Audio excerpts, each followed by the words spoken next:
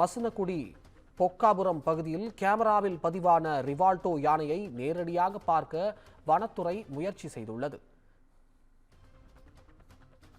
இந்த நிலையில் தும்பிக்கையில் ஏற்பட்ட காயம், கண் குறைபாடு காரணமாக குடியிருப்பு பகுதிகளில் யானை உலா வந்ததாக தெரிய வந்துள்ளது. இதனிடையே பிடிபட்ட யானைக்கு ரேடியோ காலர் பொருத்தப்பட்டு வனப்பகுதியில் விடப்பட்டுள்ளது.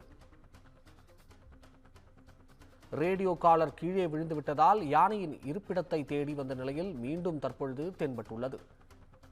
இந்த ரிவோல்டோ யானை தென்பட்ட சம்பவம் குறித்து கூடுதல் தகவல்களை வழங்குவதற்காக நம்முடன் செய்தியாளர் அன்பழகன் இணைந்திருக்கிறார். வணக்கம் அன்பழகன், கூடுதல் தகவல்களை பதிவு செய்யலாம்.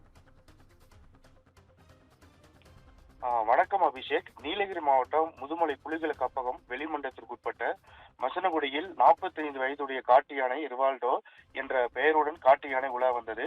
அதன் தும்பிக்கையில் ஏற்பட்ட காயம், கண் குறைபாடு காரணமாக வனப்பகுதிக்கு செல்லாமல் குடியிருப்பு சாலையோரங்களில் உலா வந்ததோடு விவசாய பயிர்களையும் சேதப்படுத்தியது. சுற்றுலா பயணிகளின் யானைக்கு இடையூறு ஏற்படுத்தினர். இதனைத் தொடர்ந்து 2021 மே மாதம் யானைக்கு மயக்குமருந்து செலுத்தாமல் பழங்கள் கொடுத்தும் அப்பகுதியில் அமைக்கப்பட்ட கராலில் வரவழைத்து அடைத்து சிகிச்சை அளித்தனர். அரசு அமைத்த குழுவினர் யானையின் உடல் நிலையை ஆய்வு செய்து அதனை வனத்தில் விட பரிசோதனை செய்தனர். இதனைத் தொடர்ந்து கடந்த ஆகஸ்ட் மாதம் யானைக்கு ரேடியோ காலர் பொருத்தி முதுமலை வனத்தில் விடுவித்தனர். அதே நாளில் யானை மசனகுடிக்கு வந்தது. அதனை வனக்குழுவினர் கண்காணித்து வந்தனர். இதனிடையே அதன் கழுத்தில் இருந்த ரேடியோ காலர் கீழே விழுந்துவிட்ட நிலையில் அக்டோபர் 20 முதல் யானை வழக்கமான பகுதியில் தென்படவில்லை. தொடர்ந்து மசனகுடி முதுமலை வனப்பகுதியில் அதனை தேடி வந்தனர். யானை குறித்து பலர் யானை இறந்து விட்டதாக பல்வேறு சந்தேகங்கள் எழுப்பி வந்ததால் வனத்துறையினருக்கு அழுத்தம் அதிகரித்தது. இந்த நிலையில் பொக்காபுரம் மாவனல வனப்பகுதியில் வைக்கப்பட்ட தானியங்கி கேமராவில் யானையின் உருவம் பதிவானதை பார்த்த வனத்துறையினர் நிம்மதி அடைந்தனர். தொடர்ந்து ட்ரோன் கேமரா உதவியுடன் யானையின் இருப்பிடத்தை கண்டுபிடிக்கும் பணியில் வனத்துறை ஊழியர்கள் ஈடுபட்டனர்.